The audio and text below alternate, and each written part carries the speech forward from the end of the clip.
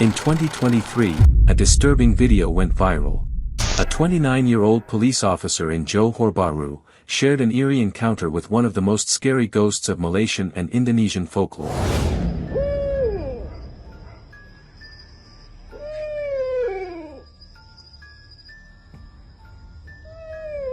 The video, posted on his TikTok account, has stirred a wave of belief and skepticism alike, racking up more than 3 million views in just days.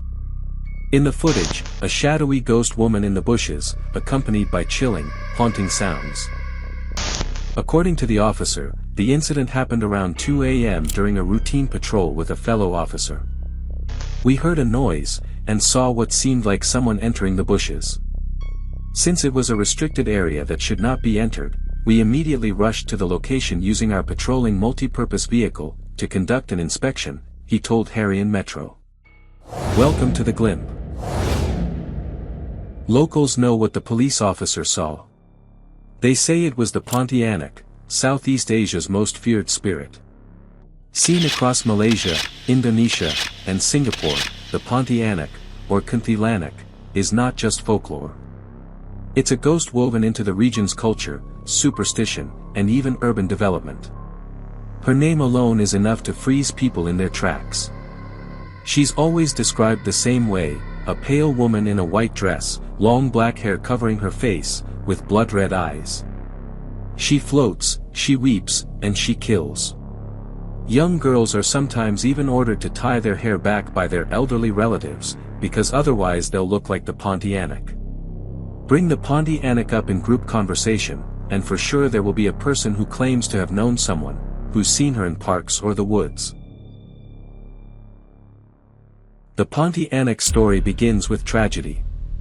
In the folklore, she's said to be the spirit of a woman who died during childbirth. Her pain, sorrow, and betrayal turned her into the most vengeful ghost in existence.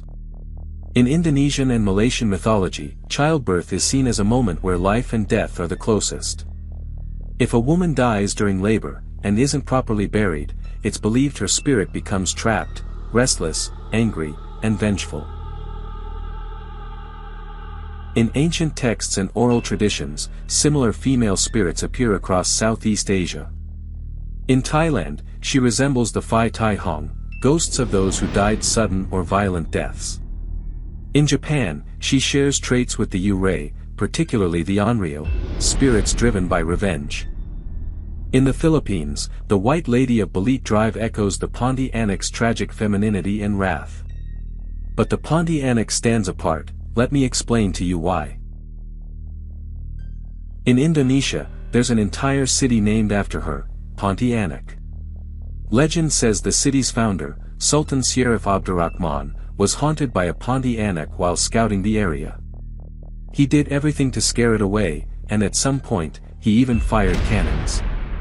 And because of this, even today locals fire cannons during certain festivals, not in celebration, but to keep the ghost away.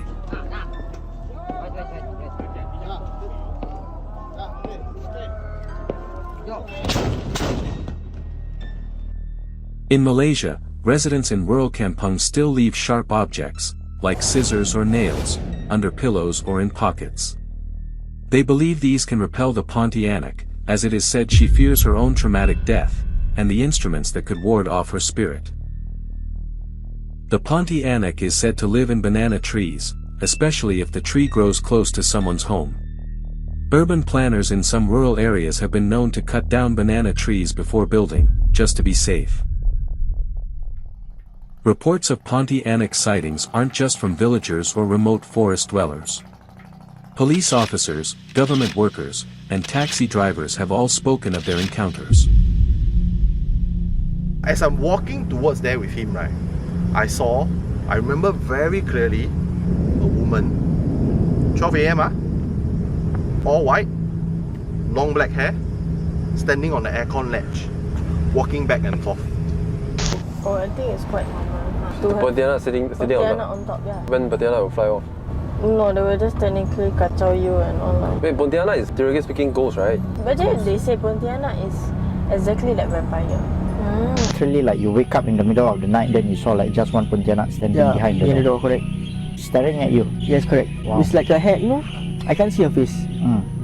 She was just facing me, that's all I can tell. A CCTV camera in Depok, in West Java on the Blue Bridge in Kampung Yutan, captured a chilling scene at around 2 a.m. A lone motorcyclist crossing a nearly empty bridge when suddenly, a pale figure in white appears on the back seat, no helmet, her hair hanging over her face, and then she disappears just as inexplicably. The rider, a local produce seller, reportedly felt sick upon arriving at the morning market and later confirmed his footage, which startled many people. The clip went viral across Indonesian social media and news outlets, reigniting deep fear in the community, even after authorities speculated it might just be a passenger with a white garment. When a ghost shows up on CCTV, not just hearsay, but seen and debated by millions, believers and skeptics are forced to confront the question, was it just a trick of the camera or something else?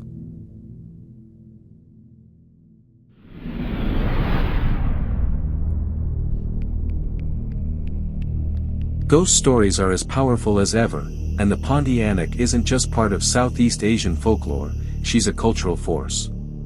Her image, scream, and myth have seeped into films, games, urban legends, and even theme parks. Her influence started early.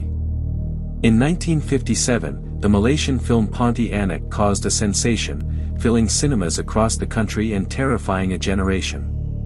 It was such a hit that it led to 2 sequels and launched the entire Southeast Asian horror genre. The movie was reportedly so frightening that some theaters pulled it from screening, citing audience distress. In the years that followed, she kept reappearing. In 2004, the Singaporean horror anthology, The Maid, featured a modern Pontianak as a central character.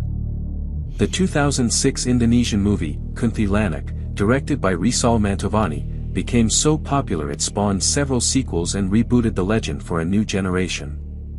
She even appears in video games. In Dread Out, a survival horror game inspired by Indonesian myths, a Pontianak stalks the player, her eerie cry echoing through digital corridors.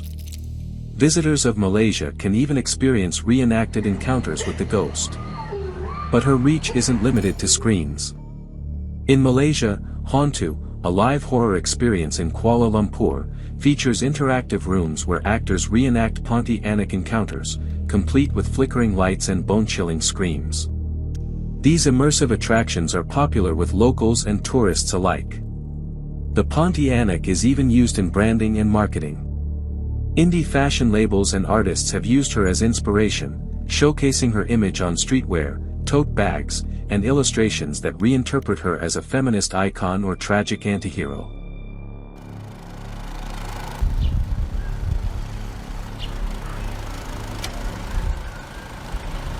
About 8 to 10 months ago, as I was being pressed, I can hear it's a female jinn. It's a female sound. I can hear the female sound. Yeah. It's a zabo xiang. And when the thing was about to leave, I turned to my left. I saw the thing is a black, very sexy female shape. It went through my cupboard straight away and disappeared. People sometimes ask why the Pontianak is always female. Scholars say she reflects deep-rooted fears around femininity, childbirth, and repressed rage. In patriarchal societies, where women are expected to be passive and nurturing, the Pontianak embodies everything the culture fears, a woman who takes vengeance. She punishes men, especially those who mistreat women. Some legends say she targets drunkards, cheaters, or abusers. In one story, she claws open a man's back and eats his organs. In another, she lures men with her beauty, then twists her face into something monstrous. In certain villages, it's said that the Pontianak doesn't always kill immediately. Sometimes she enters a woman's body, particularly those who've just given birth. It is said that some of the signs of possession are sudden temperature drops, screaming fits, talking in a voice that isn't theirs, and an aversion to religious symbols or prayers. Clerics and shamans are often called in to perform pagar rumah, spiritual protections that involve salt, sacred verses, and burning incense. In extreme cases, a paong or bomo conducts a ritual to trap the spirit in a bottle, a method still practiced today. Even in big cities like Jakarta or Kuala Lumpur, people claim to see her. Motorcyclists report a woman in white hitching a ride, only to disappear. Security guards at construction sites refuse to patrol alone. I was walking along Jalan Chomak, 11:30 to 12. So for some reason it's very dead quiet. It's usually a very busy area. But at that time it was very quiet. So halfway as I was walking 3/4 already, going to reach the other side, there's a sudden flower smell, very strong. It came from the left side. Locals know the signs. The sudden scent of frangipani flowers, a dog howling without reason, or the sound of a baby crying in the night, when no one nearby has a child. If you hear a soft laugh, it means she's near. But if the laugh is loud and shrill, she's right behind you.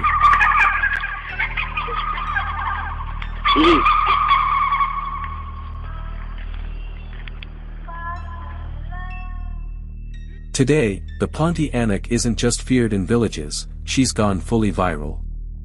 TikTok users from Southeast Asia have begun documenting supposed sightings, strange sounds, and midnight challenges daring each other to summon her. The Pontianak hashtag has millions of views, with users trading stories, warnings, and sometimes, tearful apologies to the camera, claiming they saw something they shouldn't have. In a world full of skeptics and digital filters, the Pontianak has adapted, becoming a creature that haunts not just jungles, but servers. Beyond horror, the Pontianak is often seen as a feminist symbol, a reflection of societal anxieties around womanhood, autonomy, and power. In Malaysia and Indonesia, where patriarchal norms often dictate a woman's role, the Pontianak flips the script. She is not a passive ghost, she is an avenger. Folklorist Dr. Noraini Othman calls her the embodiment of all the things women are told not to be. Loud, angry, sexual, and uncontainable. So while she may terrify us, the Pontianak also challenges us, to ask who we fear, and why. At first, people are afraid of her, but afterwards, you might realize that the real monsters are humans and society. So, the Pontianak is more than just a ghost, she's a presence, a memory of pain and injustice, that's given a form. She walks between life and death, between folklore and reality. In Southeast Asia, the line between myth and truth is thin, and the Pontianak dances right on that edge. She waits in banana groves, city alleys, and abandoned schools. You might not believe she's real. But if you find yourself alone, in the humid dark, and you smell frangipani, I would make sure to get out of there quickly. If you want more of these kinds of ghost stories, dark folklore, and other interesting videos, make sure to check out my channel. And please, let me know which country's ghost stories you want me to uncover next.